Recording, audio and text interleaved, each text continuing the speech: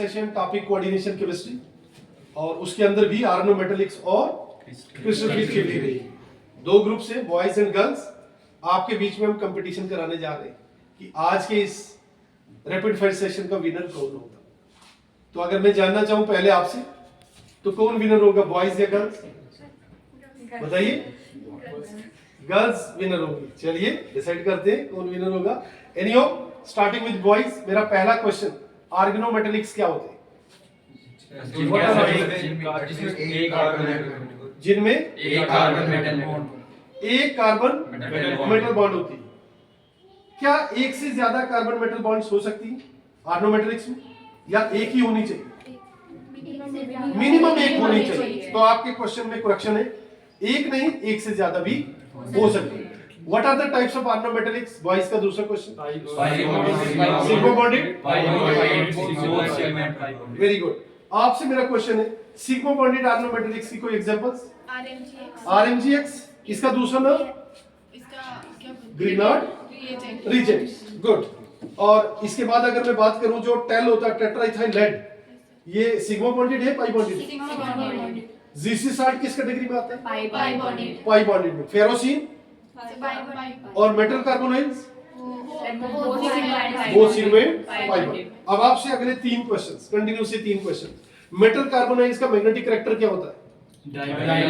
Metal carbonyls का जो हमारे पास में सेंट्रल एटम होता है उसका ऑक्सीडेशन नंबर क्या होता है? जीरो। NiCO4 में निकल का ज्योमेट्री क्या है? निकल टेट्राकार्बोनाइल में ज्योमेट्री क्या है? Geometry tetrahedral. हाइब्रिडाइजेशन क्या है? sp3। अगला क्वेश्चन, FeCO5 में effective atomic number of iron क्या है? आयरन का effective atomic number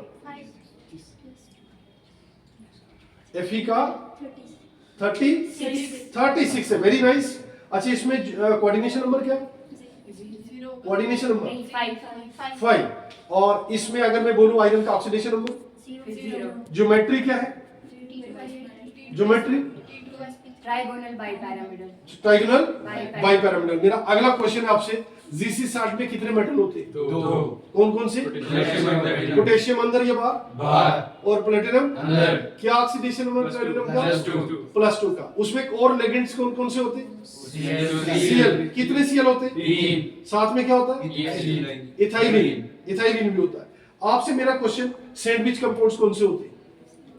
sandwich compound ferrocene, chromium. अच्छा, फेरोसिन में आयरन का ऑक्सीडेशन नंबर है +2 है, और जो डाइबेंजीन क्रोमियम है। मेरा अगला क्वेश्चन है, स्पेक्ट्रोकेमिकल सीरीज किसकी सीरीज होती है? किसके बेस पे? ये किस टॉपिक में हमने पढ़ा? Crystal field theory. आप मुझे बताइए कौन सी थ्योरी में ये पढ़ा गया था कि जो सेंट्रल मेटल एटम है वो दो तरह की वैलेंसी सेटिस्फाई करता है, प्राइमरी और सेकेंडरी। किस थ्योरी में? वर्नर्स कोऑर्डिनेशन थ्योरी में। Very nice. अगला क्वेश्चन मेरा आपसे है कि जो मेटल कार्बोनाइल्स होते हैं, मेटल उसमें both sigma and pi character होता है, both sigma and pi character. तो कार्बोनाइल जब मेटल के साथ जुड़ता है तो वहां पे कोई इफेक्ट होता है, क्या नाम है उस इफेक्ट का? साइनर्जिक इफेक्ट। Very nice. और जो कार्बोनाइल है इसको कौन सा टाइप का लाइगेंड कहते हैं? सिग्मा एसिड लाइगेंड, पाई acid ligand, Pi base ligand, या कौन सा? पाई एसिड लाइगेंड कहते हैं। Very nice, very nice. और जो कार्बन मोनोऑक्साइड, उसमें डोनर एटम कौन सा होता है? कार्बन। और डोनर एटम का टेंडेंसी क्या है? What's the order of donor atoms as far as CFT is concerned? Carbon is a better donor, then nitrogen, then oxygen, then अगला क्वेश्चन मेरे आपसे, क्रिस्टल फील्ड थ्योरी में जो हमने स्प्लिटिंग पढ़ी थी ऑक्टाहेड्रल कॉम्प्लेक्सेस में, उसमें कितने सेट बने? दो। आइसोलेटेड मेटल के केस में होता है या जब फील्ड में लाइगेंड्स होंगे तो दो सेट बनेंगे। कौन कौन सा सेट?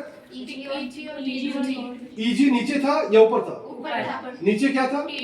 ऊपर क्या था? T2G सेट में कितने थे? 3। और EG में 2। आपसे मेरा क्वेश्चन, जो टेट्राहेड्रल कॉम्प्लेक्सेस होते हैं उसमें जब सेपरेटिंग होती है तो कितने सेट बनते हैं? 2। कौन कौन से? T2 सेट और E सेट। का होता है नीचे या ऊपर? नीचे। और T2 ऊपर। ऊपर। बहुत अच्छा, वेरी नाइस।